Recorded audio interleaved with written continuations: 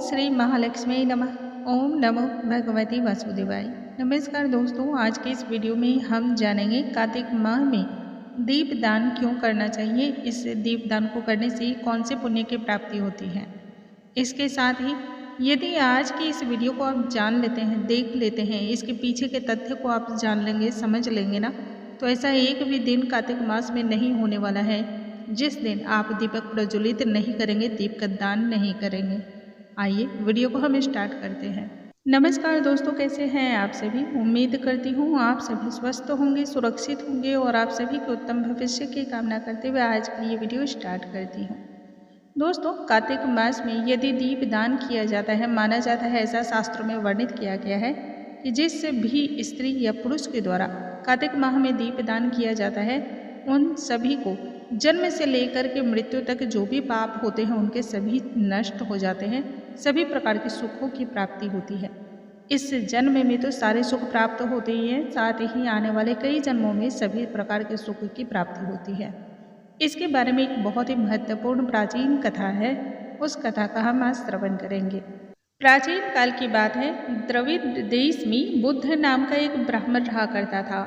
उस ब्राह्मण की एक पत्नी थी जो कि बहुत ही दुष्ट और दुराचारी स्वभाव से थी। पत्नी के दुराचारी और दुष्ट स्वभाव की वजह से जो दोष निर्मित हो रहा था, उस दोष का प्रभाव पति पर भी पड़ रहा था, जिससे पति की आयु क्षीण होती चली गई और एक समय ऐसा आया जब वह मृत्यु को प्राप्त हो गया। पति के मृत्यु के पश्चात भी उस स्त्री को किसी भी कार्य के लिए कभी भी कोई पछतावा ना रहा और उसी प्रकार वह कार्य में निर्वृत लगी रही। लोक निंदा होती रही, लेकिन उसे लज्जा थोड़ी भी नहीं आई। उसका ना तो कोई पुत्र था, ना ही कोई सगा संबंधी भाई, कोई भी नहीं था। वह सदैव भिक्षा से जो अन्न प्राप्त होता उसी से अपने पेट को पालती थी। अपने हाथ से बनाए हुए शुद्ध भोजन को कभी भी वह ना खाती और आए दिन किसी न किसी से मांग कर लाए गए भोजन से ही वह अपना भरण पोषण करती रहती थी। जैसा कि मैंने बताया, स्वभाव से ही वह दुराचारी थी और इसके साथ ही निकम्मी भी थी। किसी भी प्रकार के कार्य में तो उसका मन ही नहीं लगता था। तो तीर्थ यात्रा या फिर सदाचार की तो बात ही अलग है। ना तो वह कभी जीवन में मंदिर गई और ना ही कभी भी उसने कथा और प्रवचन का ही श्रवण किया। एक दिन कुत्स नामक एक विद्वान ब्राह्मण भ्रमण करता हुआ वहां आ गया। उस ब्राह्मणी को इस प्रकार के कार्यों में लिप्त देखकर उसने पूछा, अरे ओ मूर्ख स्त्री, तू मेरी बात ध्यानपूर्वक सुन ले। यह शरीर तो पानी के बुलबुले की तरह है, एक दिन इसका नष्ट होना तो तय है।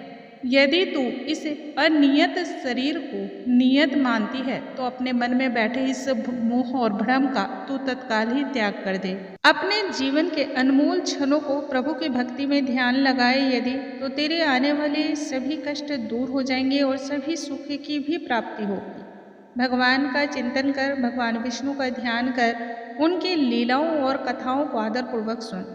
कार्तिक माह आने पर भगवान दामोदर को प्रसन्न करने के लिए तू स्नान कर, दान कर और दीप दान तो अवश्य कर। इससे भगवान विष्णु प्रसन्न होते हैं। भगवान विष्णु की परिक्रमा कर, उन्हें प्रणाम कर और इसके साथ ही उनके निमित्त अनेक प्रकार के दान कर्म कर। इस प्रकार का व्रत विधवा और सौभाग्यवती स्त्रियों को तो अवश्य ही करना चाहिए। इससे आज तक तूने जो भी पाप कर्म किए हैं उन सभी का नाश हो जाएगा। जीवन में जो भी पाप कर्म के द्वारा तूने अभी तक कमाए हैं, जो तुझे हमेशा ही दुर्गति और नरक को प्राप्त होंगे, उसकी वजह से ऐसी सभी चीजें छन्न हो जाएंगी अगर तूने यह कार्य कर लिया तो। बस तू भगवान विष्णु की कृपा प्राप्त कर ले, दीपदान कर ले, बहुत बड़ा तेरा उद्धार होगा।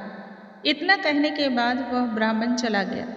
अब उस दुराचारी दुष्ट ब्राह्मणी को बहुत ही पछतावा हुआ और पछतावा करते हुए उसने यह निर्णय लिया कि कार्तिक माह में अवश्य ही वह व्रत भी करेगी और कार्तिक मास के दौरान पूरे माह सूर्योदय से पहले स्नान और दीपदान भी करेगी। कुछ समय के पश्चात समय आया और उसकी आयु समाप्त हो गई, मृत्यु को वह प्राप्त हुई। अंत में वह वैकुंठ लोक को गई। समय के अनुसार वह मुक्ति को भी प्राप्त हो गई। इस प्रकार से जो भी व्यक्ति कार्तिक व्रत को करता है, कार्तिक व्रत ना भी कर पाए तो भी दीपदान को करता है, तो उसे सभी प्रकार की मोक्ष की प्राप्ति होती है, सभी प्रकार के सुख की प्राप्ति होती है।